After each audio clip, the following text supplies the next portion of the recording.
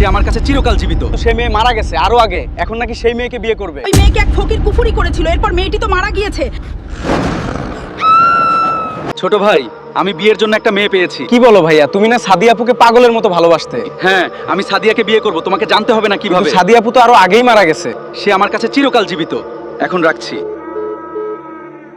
এ কি, কলটা কেটে দিল কেন? কি রে তানভীর, কি হয়েছে? আরে বড় ভাই একটি মেয়েকে ভালোবাসতো, কিন্তু সেই মেয়ে মারা গেছে আরো আগে, এখন নাকি সেই মেয়েকে বিয়ে করবে। কি বলছিস? না, বিষয়টা আমার কেমন যেন লাগছে। আমি এখনই মাকে কল দিয়ে সব জানিয়ে দেই। হ্যাঁ, আন্টিকে সব বল জলদি। সবাই তোমাকে মৃত বললেও তুমি আমার কাছে জীবিত। চলো তোমায় আমার বাসায় নিয়ে যাই, সুন্দর মতো বউয়ের সাজে সাজিয়ে বিয়ে করব তোমায়। সাদিয়া, না সাদিয়া, আমার সোনা, উঠে পড়ো। মনে আছে সাদিয়া, তুমি আর আমি কত মুহূর্ত কাটিয়েছিলাম, দুইজন দুজনকে জড়িয়ে ধরে ভালোবাসতাম। তোমায় আমি অনেক ভালোবাসি সাদিয়া। আমিও তোমাকে অনেক। সাদিয়া, এ কি হলো তোমার? জলদি হাসপাতালে নিয়ে যেতে হবে তোমায়। আমি তোমায় আবারও হাসপাতালে নিয়ে যাব, ডাক্তার দেখাবো তোমায়।